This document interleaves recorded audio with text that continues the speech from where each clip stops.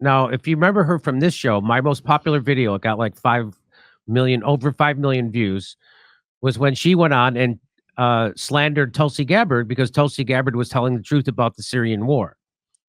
And anybody who told the truth about the Syrian war got slandered. Now, see, they go to my Wikipedia page. Look what they still have up there. They still push the conspiracy theory that Assad gassed his own people, which is So I wanted to talk about Jimmy Dore talking about this Candace Owens situation. Jimmy Dore is absolutely right. They still promote this conspiracy theory about Assad, but this is not that episode. But this is how it goes, where you get people who's been titled, who's been given this almost this assertive um, title of being all knowing, some expert on some topic, and just because they say a thing, then it is a thing. Nobody scratches the surface to find out, like, is this really the real story? And the fact is, by now, I think we understand that we can't trust the mainstream media. That's why there's places like YouTube that people come to really get some information, detailed information. Now, Jimmy, himself, he is not a conservative. He is an independent. I would call him an independent. He used to call himself a leftist, or maybe a classic liberal, but he's not a Democrat to me. But what I do like is that he titled this clip, "Right Wing Became What They Claim to Hate Over Candace Owens," and not a single conservative is going to call that out. So let's listen to Jimmy Dore call that out. what that was. And I debunked it, and they called me a conspiracy theorist. Who do they quote at Wikipedia? They quote CNN. The Gray Zone has proven this. This is not me making it up. So Barry Weiss slandered Tulsi Gabbard, called her a Assad toady. That's what they do. Just like they're calling people Putin puppets. Oh, you're Assad. So whatever country the United States wants to go to war with, if you tell the truth about it, they say you're a puppet of that the person running that country. Which is so true again. Like, this is going to end up becoming something else, but it's so true again. God forbid if it's like, and it's true on the right. It really is. And I'm learning this now. I am learning this. You're Saddam, you're a Gaddafi, whatever, no matter what it is. So here she is. She says, and this piece doesn't even touch on her truly bad. So this is a piece called The Hateful Candace Owens. So she's glad. So Barry Weiss is a Zionist, and she's totally down with what Israel's doing, the genocide. And she totally just, again, I know there are a lot of people who thought she was a free speech person and all that. She's not. Absolutely. She's not a free speech person. And this is the crux of this episode, right? So there's certain terms I can't allow to really, I'm not going to be saying them too much, right? But the point is, no matter where you fall on any side of any war, and you will have to forgive me, but I do not think that what's going on in Gaza is a war, okay? I'm not into what's happening in Ukraine, but I can at least say soldiers are meeting on a battlefield. That's not what's happening there. I'll leave that alone. But again, why is she the hateful Candace Owens? Barry Weiss is not about free speech at all. As a matter of fact, she's been running amok on Twitter. She's for free speech when it suits her. She's a part-time free speecher. So she says this piece doesn't even touch on her truly batshit views about Brigitte Macron.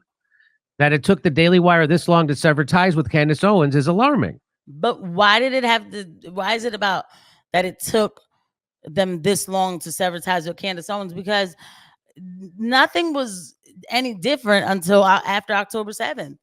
I mean, that's just really when things changed. It's not like we were talking about some sort of beef. I mean, just last year around this time, Candace Owens was cursing out Steven Crowder for coming at the Daily Wire. She was going hard for her squad at the Daily Wire.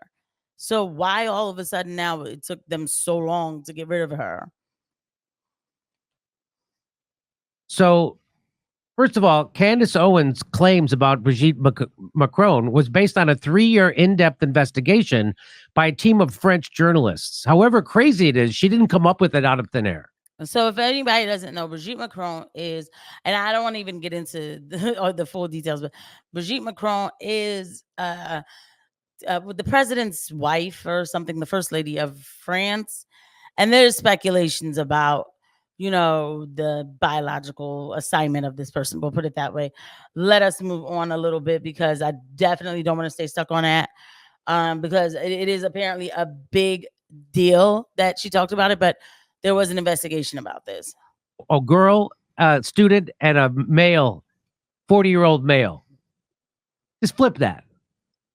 It is very French, though. Yeah, switch the genders and see. So here's one more. So, by the way, underneath her tweet, I couldn't find any positive tweets under Barry's tweet about calling Candace batshit. Here's Nick, friend of the show, says, people really thought a Zionist believed in freedom of speech? And Jake Shields, friend of the show, says, we all know you want her fired because she's realizing Israel is a terrorist. And I'm just going I'm not going to let her say it out loud, but, yeah, I mean, a lot of people feel this way right now. I mean, we're 6 months into a crisis in Gaza that people are calling a war. In 2024, the footage, the images that I'm seeing coming out of Gaza, the footage, everything, the reporting, it is bizarre to me that this is happening in the new age, like in the new world. Like, this is crazy, but that's my thoughts on it, right? And again, I don't want to go all the way into that. Drop a comment below if you guys want me to go into that. I have no problem going into that, but anyway, just want to stick to the topic here. And please don't forget to hit the like button, and please hit the subscribe. Okay, yeah, but yeah, under Barry's post, certain people, bro, you can't find any good comments, And Shapiro and all those people, they all used to say that's what they used to say. You don't deplatform people because you don't agree with them. You need to debate them. And you don't call them bigots. The left just calls everybody a bigot or a racist. Well, now they're doing that exactly to Candace Owens. And not just Candace Owens, but to be fair, like, this episode is about Candace Owens. Jimmy Dore does not know me yet, so we'll just let him talk about Candace Owens. But no, but yeah, that's the part that is. It is very like I'm disillusioned by the quote right. Like, all right, so me as a person, I don't like to take on labels, but I did say, like, my values are conservative, right? And I want to show people how it is. Well, you could be conservative, but then culturally, like, it's where it's not just a fake virtual thing, where it's you are conservative, right? But anyway, I just find myself saying now that I'm a follower of God. But it's just easier that way. Not even just easier, it just makes more sense because I stand with the truth wherever it falls. Yes, when the left was calling people racist and all kinds of names, I'm the first one to stand up and say, don't place a label on somebody for assessing something. It's one thing if somebody's saying we're going to end all the black folk at 5 p.m. Okay, now we have a problem. Okay, but somebody who says, hey, the black folk commit a lot of crimes, we don't have to rush and call them racist. Let's have a discussion about it, right? So I'm all against that. And I was standing up with conservatives like, yo, yeah, that's not cool. They're labeling you, blah, blah, blah, everything. And then now today, because the right has this almost unholy, it is a fused alliance, this feeling of connection to Israel. And that's fine. They can feel that way, right? But you can't feel it so much that you go blind to the truth, or you act the same. You become the thing that you hate. And now anybody who's saying, hey, even if you're saying, hey, maybe we should look over Israel's plan here, because it looks like a lot of, I don't know, there's a lot of stuff going on right now. And I don't know if we're about that life, and I'm really watering it down. And people are just literally labeling you Hamas. That's a problem. It's a problem that I'm seeing accounts on Twitter saying if a person has the Palestinian scarf, I call it that, but it's called a kafaya, right? It's a cultural scarf. Well, if they see a person wearing that, they're Hamas. Okay, so now we are at the point of insanity. Like, that's delusional. And anybody who doesn't go along with the genocide that Israel's pulling off in Gaza. So just think about this. We have people like AOC has finally called it a genocide. And Alex Jones is also calling it a genocide. So I'm pretty sure there's a genocide happening. And so even to talk about that, I want to bring up AOC. AOC is one, especially Democrats, like, I'm fighting for the people, fighting for the people, fighting for people. At least Republicans get called out for being bought out a bit. Or, it wasn't always the I'm fighting for the people really feeling. I mean, it kind of is now with the populist movement, but it's all been co-opted because they get bought out. Why did it take AOC this long to start really calling out what's going on, especially with her being a Democrat?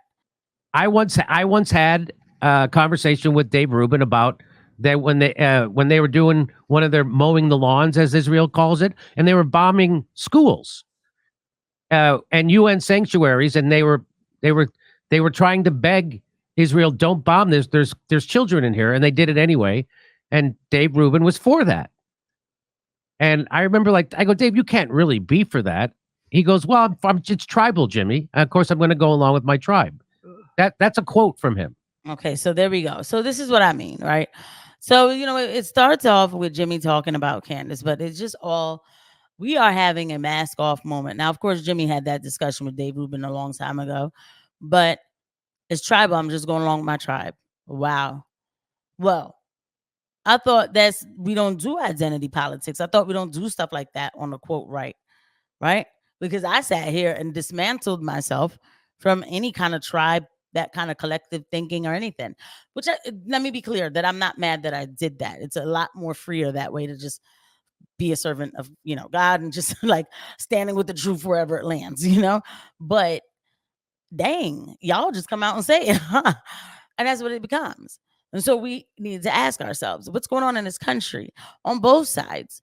On the left, you have people sticking with their tribe with all this, transgenderism stuff and, racial equality, where it goes too far, beyond the pale, where people are almost slandered for just saying, I don't think that DEI should be priority number one, right? So there's that.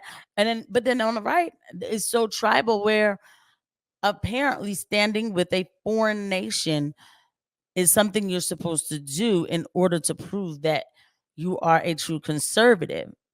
So we've lost focus as a country, and who's going to focus us? Okay, so it needs to be a grassroots kind of thing.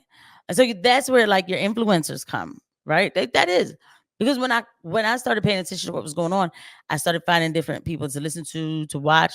Jimmy Dore has been one that I've been to. I think, yeah, I've definitely been to one of his shows.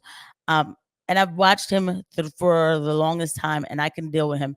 I can deal with classic liberals. I feel like I can stay on with watching classic liberals. But when it comes to people who are oh, I'm so conservative, I'm I can't.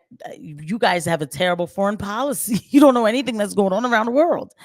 And to be conservative is to say I stand with a foreign nation far beyond the way in the Middle East. And if I don't say that, then I'm not a good enough conservative. That's crazy.